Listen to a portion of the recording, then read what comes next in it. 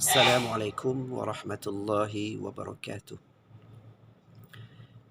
Innal hamdalillah nahmaduhu wa nasta'inuhu wa nastaghfiruh wa na'udzu billahi min shururi anfusina wa min sayyiati a'malina. May yahdihillahu fala mudilla lahu wa may yudlilhu fala hadiyalah. Asyhadu la ilaha illallah wahdahu la syarika lah wa asyhadu anna wa nabiyyana Muhammadan abduhu wa rasuluh sallallahu alaihi wasallam la nabiyya ba'da amma ba'd. Kaum muslimin dimanapun Anda berada pada pagi hari ini, alhamdulillah, puji dan syukur kita sama ucapkan kepada Allah Subhanahu wa taala atas limpahan rahmat, karunia, taufik dan hidayahnya, sehingganya pada pagi hari ini kita kembali diberikan kehidupan oleh Allah Subhanahu wa taala, yang mana setelah satu malam kita diwafatkan. Karena orang yang tidur itu sama diwafatkan oleh Allah SWT, ditahan rohnya lalu dikembalikan, maka dia kembali hidup.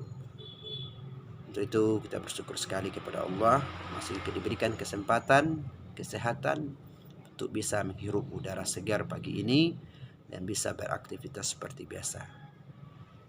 Selanjutnya sallallahu alaihi wasallam kita mohonkan kepada Allah untuk Nabi kita Nabi Muhammad Rasulullah sallallahu alaihi wasallam.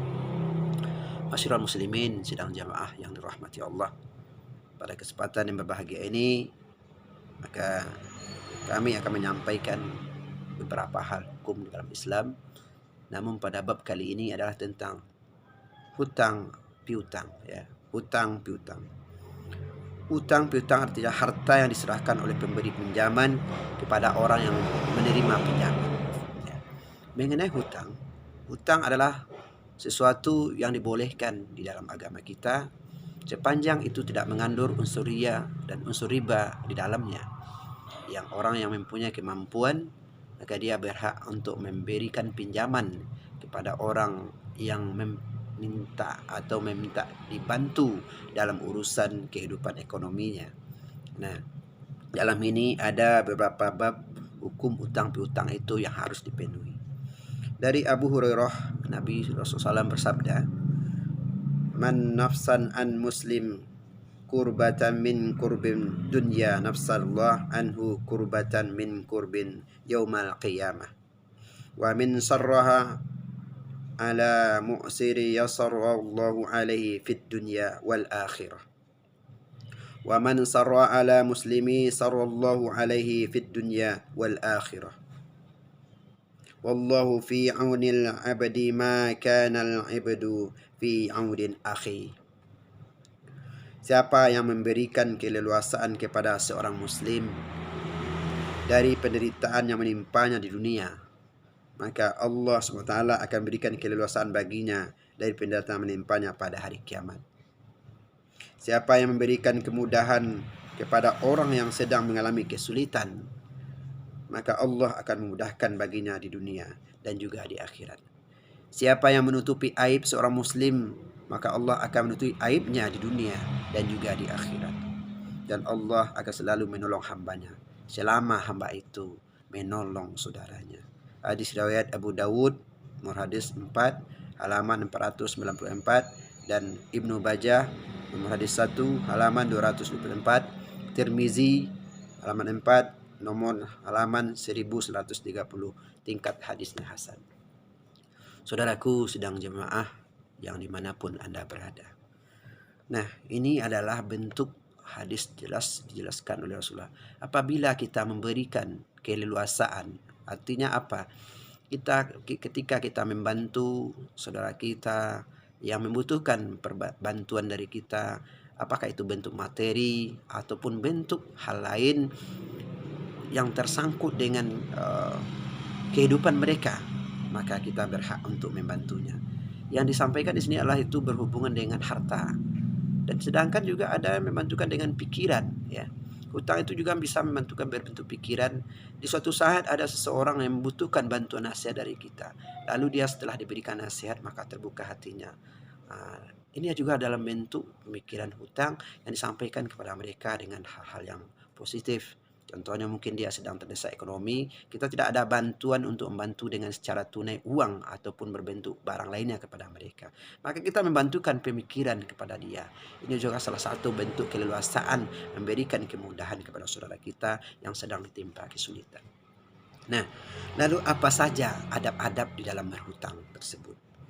Yang pertama adalah sebaiknya transaksi utang piutang itu dilakukan secara tertulis, ya, secara tertulis, dituliskan sebagaimana firman Allah SWT di surah Al-Baqarah yang sangat panjang ayatnya, ya, berbicara tentang hukum hutang piutang ini, yaitu dimulai dengan wahai orang-orang yang beriman, apabila kamu bermuamalah tidak secara tunai, itu yang hukumnya yang jual beli. Beda dengan jual beli, itu adalah tunai yang langsung dibayarkan, diambil barangnya lalu diberikan uangnya. Begitu. Jadi hukuman tunai hendaklah kamu menuliskannya. Al-Baqarah ayat kedua 200. Itu ayat sangat panjang sekali bicara di situ, ya. Nah, itu poin yang pertama. Jadi hendaklah kita tuliskan ketika dia sedang meminjam uang kepada kita ataupun barang yang dia butuhkan, maka kita sebagai pemberi utang kepada si peminjam itu kita catat tanggal, bulan, kita catat tanggal berapa dia meminjam. Dan nanti juga orang yang meminjam itu dia harus menepati janjinya kapan dia harus mengembalikan utangnya. Nah, itu poin yang pertama. Lalu berikutnya kedua adalah bersegera dalam membayar utang, jangan sampai utang terbawa mati. Ini yang sangat penting sekali, ya. Kita tidak tahu kapan ajal kita akan datang menghampiri kita, ya. Maka kita harus berhati-hati. Ketika kita telah meminjam barang orang lain dengan berbentuk hutang, maka kita harus memikirkan supaya lebih cepat untuk mengembalikan uang yang telah kita pinjam itu, barang yang telah kita pakai itu, untuk cepat kita kembalikan kepada orang yang meminjam itu. Karena kita tidak tahu apakah ajal ini akan datang saat kita masih berhutang kepada seseorang itu. Maka dalam hal ini, maka kita jangan tunda-tunda, apalagi yang telah kita catat hari tanggal tadi, maka pada saat waktu itu harus kita tunaikan untuk melunasi hutang kita tersebut. Yang mana Nabi SAW bersabda dalam hal ini, memerintahkan Sa'ad bin Atwal ketika saudaranya meninggal dan utangnya belum dibayarkan. Nah, saudara engkau terpenjara oleh utangnya, maka pergilah, bayarlah utangnya itu. Hadis riwayat Ahmad, hadis 4 halaman 1700 266, ya. Ini bentuknya. Maka bayarkanlah, diperintahkan oleh Rasulullah. Hadis ini adalah menjelaskan saudara engkau sedang terpenjara oleh hutangnya. Artinya sebelum dia meninggal, dia belum melunasi hutangnya ketika dia masih hidup. Nah, setelah dia meninggal, maka disampaikan oleh Rasulullah bahwa dia sedang dalam kondisi terpenjara dengan hutangnya, maka serahkanlah bayar hutangnya itu kepada si fulan yang memberikan pinjaman kepada dia. Ya. Lalu berikutnya adalah yang ketiga, orang yang mampu untuk membayar tidak boleh mengakhir-akhirkan untuk membayar utangnya, karena merupakan kezaliman dan hukumannya haram. Yang mana Nabi SAW bersabda, orang yang mampu mengakhir-akhirkan membayar utang, maka itu adalah perbuatan yang zalim. Hadis riwayat Sahih Bukhari halaman 2 2166, Muslim halaman 3 1564. Nah, hadis ini menjelaskan ketika kita diberikan kemampuan untuk melunasi hutang kita, maka segeralah kita untuk melunasinya.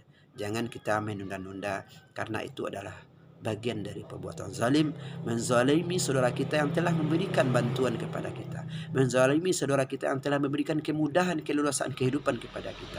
Maka kita juga sebagai yang menerima utang, kembalikan hak itu secepat mungkin, karena bagaimanapun juga dia juga butuh dengan uang yang sedang kita pakai itu. Itu poin yang ketiga. Yang berikutnya adalah yang keempat, pemberi pinjaman dianjurkan untuk memberikan kemudahan ketika menagih, ya. Ini juga bentuk kasih sayang, ya. Orang yang memberikan pinjaman kepada mereka yang membutuhkan diberikan kemudahan. Kata-kata kemudahan di sini mungkin dalam bentuk ada persuasif, mungkin berjanji 1 hari atau 3 hari. Lalu pada saat berjanji itu dia tidak bisa menepati janjinya, maka boleh si pemberi hutang untuk melonggarkan janjinya tersebut. Bisa jadi menambah waktunya untuk memberikan waktu dia mencari uang tersebut atau barang tersebut untuk dikembalikan kepada yang pemberi hutang tadi. Artinya memberikan kemudahan kepada dia.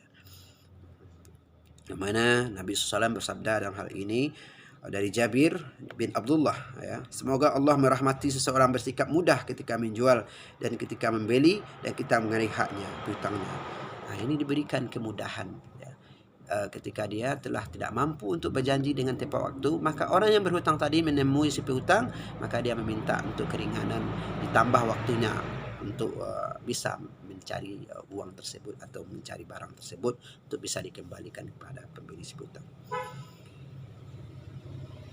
Nah, yang kelima adalah itu berilah tenggang waktu jika peminjam belum mampu. Nah, ini yang disampaikan tadi. Berikan dia keleluasaan untuk bisa memberikan tengah waktu kapan dia mampu untuk membayar, kapan dia mampu untuk melunasi hutangnya kepada kita. Dan yang keenam adalah sebisa mungkin orang tidak mudah berhutang kecuali dalam kondisi yang terpaksa. Ini jangan kita gampang untuk membuat hutang sementara kita tidak mampu untuk membayarnya, ya. Itu betul-betul kalau kita membutuhkan sesuatu dan betul-betul sangat membutuhkan, maka baru dianjurkan kita untuk berhutang. Tetapi kalau masih dalam kondisi kategori mampu kita untuk tidak berhutang, kita berusaha untuk jangan berhutang. Karena bagaimanapun juga hutang itu mengikat kita dengan si pemberi utang. Salah satu, kita tidak tahu seperti tadi yang telah disampaikan, apakah umur ini panjang atau tidak. Ya, kalau kita mampu sebelum kita meninggal untuk melunasi hutang kita. Bagaimana nanti kalau kita tidak punya kemampuan untuk itu. Nah, dalam hal ini kalau memang tidak kita perlu membutuhkan sesuatu, maka setidaknya kita tidak berhutang. Aqulu qawli hadza astaghfiru lakum wa astaghfiru alaikum subhanaka wa bihamdika asyhadu an la ilaha illa anta astaghfiruka wa atubu ilaik. Wassalamualaikum warahmatullahi wabarakatuh.